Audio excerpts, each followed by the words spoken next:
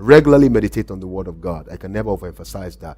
This is where I am today. I'm doing this today, helping you, because in the midst of my job losses, I found God and I found the Word of God, and it's been the strength of my life. If it worked for me, it will work for you. Yeah. Secondly, people need to face the reality of the loss. Okay, it's happened, it's now. So acknowledge that it has happened. Okay, acknowledge it first to yourself, and then let it out to your friends. Sometimes people lose their job and don't let their wives know. Big mistake. Don't ever let that happen. Okay, because how do they support you when they don't know what you are going through? That means you are denying the loss. It's like a guy, a student, a university undergraduate who got rusticated and never went home, never told them at home. 4 years they're going to expect you to go for youth service, and when it doesn't happen, they're going to begin to say, what happened? They won't know that you have been rusticated since year one. I mean, you don't want to wait for 3 years for people to discover that your life is lost. So your life, job loss doesn't mean your life is lost. It basically means you are at a crossroad, but you can bounce back. So you need to acknowledge it. Don't deny that. Okay, be real. Face the reality of that loss. It will help you a great deal. In the midst of that, one of the things you can do is you can actually take down and journalize your thoughts, journalize your feeling. I feel bad at this loss. But you cannot begin to now write down ideas in your head that you've had before. Okay, we actually call it abundance journal. You need to have a journal where you think positive and you pour everything out. Okay, if you feel like crying, it's okay, cry, but write. Okay, write things down. Okay, you have a phone, write it down and store them up and think about those things that you could do with yourself. Shift your focus away from external things. Okay, minimize your expenses. I can never emphasize that. Now money is not going to be coming as it used to go before.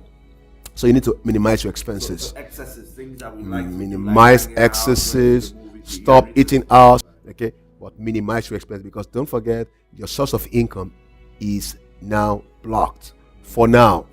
Right. So don't still live big boy, big girl. Yeah. That's really what traumatizes you more, because you are losing money. You just lost your job and now you are losing the savings you've made. Don't do that. Okay. So minimize your expenses. Again, maybe I need to talk about the issue of self-esteem. Okay, because one of the things it does to you is it hits at your esteem, especially when your job loss is prolonged and protracted. Okay, for me, 6 months I bounced back at different times because God helped me. For some people, okay, it takes a lot longer time. Okay, so you may need to actually sit down, get your friends, okay, to be able to help you. Okay, like I said to you, you need the leverage of support systems. Let your friends tell you strong points, things you could be doing. A friend of mine lost his job, some time back, and I said, well, I've looked at you and I see that there's this thing I always knew that you could do well. So he said, oh, really, can I do that? I said, yes, you can do that. I'd always thought you would want to do that, as a matter of fact, in the days when you had your job. So friends will be able to speak into your life and be able to show you areas where you actually have possibilities, and they are identified as areas of possibilities. Two things you've said now that really tie together. The issue of the self-esteem. Right. And I see that it's kind of related with the issue of being realistic about your situation. Because I know that some people, they will not tell their spouse or their friends or even their extended family that they lost their job. Yes. So those guys keep looking at you and have expectations. Right. So there's pressure on you from both ends. Why not tell the truth? Yes. Let them know things are not going to be the same. I'm just been downsized. We have to make adjustments. And they would cry with you a little bit. Who knows? They might even be able to help you. Right. Yeah. Volunteer helpful information and things that you could help. No, it is helpful, and people need to know that. Okay. Let me also say this: people need to learn from the negatives. Okay. Look at what has happened and process it. Okay. Don't be too hard on yourself. You need to get enlightenment. Like for instance, when I saw the problem, I said to myself, maybe it's telling me something that I could do myself. Okay. And I kicked out, doing some little trading. I have a little, and it sustained me. Okay, for that period of time. Of course, build on the positive. Okay. Learn from the negatives, and also build on the positives. It's time for you to discover your gifts and your abilities that have been latent. Okay, look at what activities people have said you're good at, or things people have said you really will be good at, and try your hands on it if you can. Take the risk, okay, and build on the positive. And I think that if you do that, it will help a lot. Another thing you could do is you need to pay attention. But it's important to pay attention. Okay, you need to study your environment. What are the goings on in your area, in your environment? What are the new things? Because they say when we are in jobs, we are locked in that job. We are lost to the realities of our environment because we are holed up there. Some people start work at 6 a.m. in my part of the world. You get to travel through traffic. You get to work at 6 a.m., 6:30. You don't get home until 11. You work on Saturdays, including Sundays.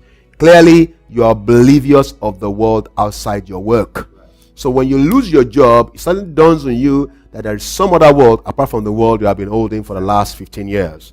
So people need to pay attention to their world and see how the world has changed and see what is trending, see opportunities. Yes. So so don't close yourself in. Open yourself up and pay attention. And then I'll also say, finally, envision the future. Use your imagination. Dream. What does this mean to me? Okay.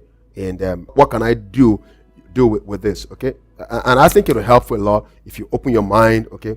And something I said to you something about writing journals and journalizing. Yeah. So go back to your journals, read those journals, the things you've written about possibilities, nice ideas, castles built in the air, whatever it is you call it. They're good imaginations. They may help you to begin to say, okay, let me try and drill down on it right now. Maybe there is something that I can actually start. Can I take the first step? Some things are short term, some things are long term. Okay, maybe I need to look at this long term thing, but can I take the first step? 1,000 journey, they say, start with the first step. So you start taking the stride. I started first by selling loaves of bread. Today, I'm selling real estate. Okay? You have to start from somewhere. And so that's basically it is. I think that if people do that, then they are probably on their way out of job loss. Incredible stuff. Now, I know that you've learned something. I have. That's the advantage I have sitting here. I learned so much directly, and I'm sure that you've learned. Don't we all? I keep learning. Each time we share these things together, I learn a lot myself. It's amazing. I also know that you've got questions, so send in your questions. We have all our details right there on your screen. We've got the email, we've got the Facebook, the Twitter. We've got it all. Send in your questions, and you will get prompt feedback. We're going to come back right now for your takeaway. Yeah. And then also, you want to have some counseling. Exactly. Post-trauma, biblical counseling. You want to call me. We always leave our viewers, our listeners with a takeaway. And so this is my takeaway for you today. In time of job loss, people always feel alone. We want to tell you, in your time of crisis, in this time of your job loss, you're not alone. I know God is with you, and you can guarantee Speed and I and my crew are also with you. That's why we are coming into your home. So you want to talk to us, you want to send us that email, you want to put that phone call through, you want to get that counseling that you so much need, and we'll be willing to help you. Now, before I finally go, there are 4 things I want to put in your hand as a simple tool. Number 1, remain positive. Don't ever forget that. Number 2, there is a gift inside you that's been latent. Raise it high. Use it now. Number 3, pay attention to the happenings around your environment and your world. Fourthly, and most fundamental of all, trust God with your life. If you do these 4 things, you will come out of this trauma. You're important to us, and that's why we're here. We always want you to understand that people matter.